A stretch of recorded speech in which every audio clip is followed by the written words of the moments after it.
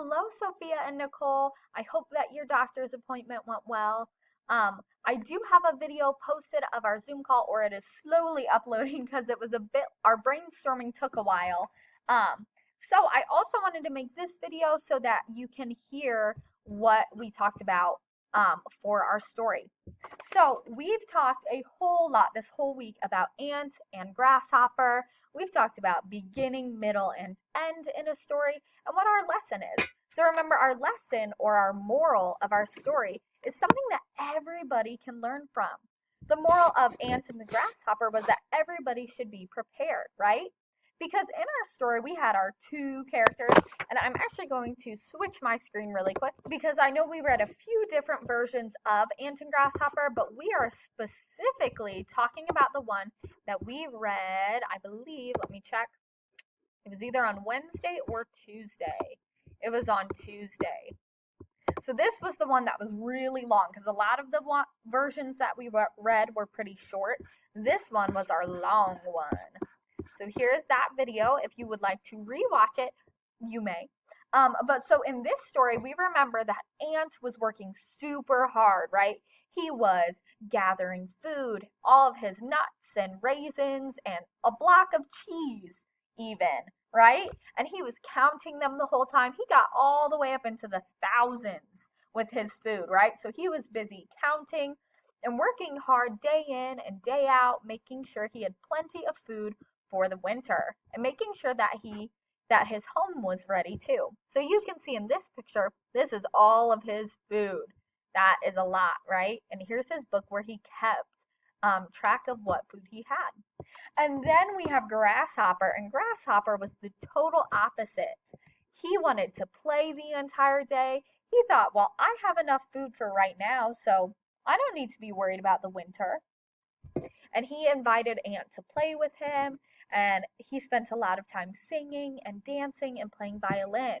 But remember, when it came to winter time, Ant realized that he hadn't heard from Grasshopper in a while, right? He didn't hear any singing or any violin, and he thought it was so quiet. So he opened his door, and boom, there was Grasshopper all in the snow. He was buried in the snow and freezing. And Ant said, well, why don't you go home?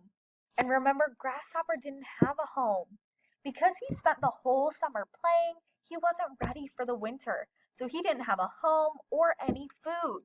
So Ant was nice enough to invite him inside, and he bundled him up in a dandelion blanket, and he brought him some hot cocoa and some beans to eat, right? And then he let him stay with him. So what we are going to do today and what we did on our Zoom is brainstorm some ideas, because for your writing activity today, you are going to imagine that you are Ant. Okay, so I want you to think right now, I am Ant. Okay, that means we are hard workers, we are preparing for the winter, we are ready. So we are Ants from this story that we read. As Grasshopper's friend, you do not want him to struggle next winter. And even Grasshopper said that at the end of the book, right? He said, man, I should have worked harder over the summer. So now, our choice or your choice as Ant to help Grasshopper throughout the summer would affect what happens next winter for both of you. Because if Grasshopper decides to prepare for the winter, then he's not going to need to come into Ant's home and use any of his food, right? He'll have his own food to eat and his own home to be at. So what we are going to do is develop a schedule that will give Grasshopper different tasks to complete at the beginning, the middle, and at the end of the summer, all to get him ready for the next winter. So we're thinking of this like a different story, right? So this winter has happened, and now we need to think about what can Ant and Grasshopper do this summer to get Grasshopper ready for the next summer. You should also include details that explain how you, Ant, and Grasshopper will combine your talents to help each other prepare for winter. So I don't know if you guys remember what their talents were, but Ant was really good at counting. Remember, he kept track of all of his food. And Grasshopper was really good at singing and dancing and playing violin.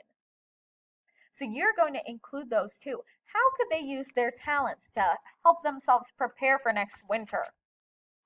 At the end of your story, you'll include a concluding statement that explains the lesson of your story.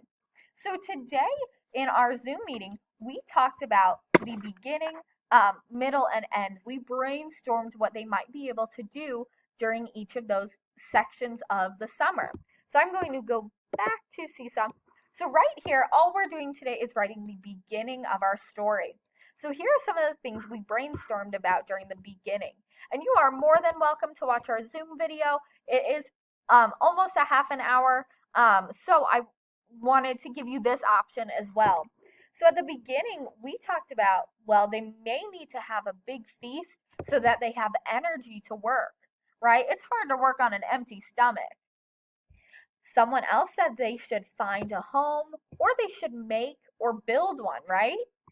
Because last time, Grasshopper didn't even have a home. So it's really important that they build one or they find one for him. And they should do it at the beginning so that he's ready, right? He can live there throughout the summer, and then he's ready for the winter. They should start, and this was a big one, harvesting food. We also talked about finding lots of food, right? And how can they find food? Do they have a Walmart in our story or a Kroger? No, right? They don't have any grocery stores, so they need to find their foods in different ways. Someone suggested fishing or hunting, but we also need to keep in mind that they are insects, right? So, and we don't know how big other animals are in our story. So maybe there are teeny tiny fish they can fish for, but a big way that they find their food is by looking on the ground, or farming it, right? So Ant collected a lot of nuts and raisins and cheese. So you can find that cheese might be a little harder to find on the ground, but some of these foods they can find out in the forest or on a farm, things like that. We also talked about finding water. This is a big one. If he doesn't have any water, he's not going to make it, right? Water is very important. Here is one of the talents. We said that as Ant, we can help Grasshopper count his food, right? Because he's going to need a lot of food.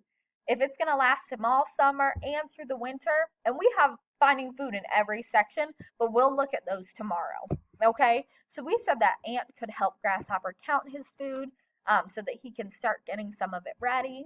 We said we should also make a cozy bed.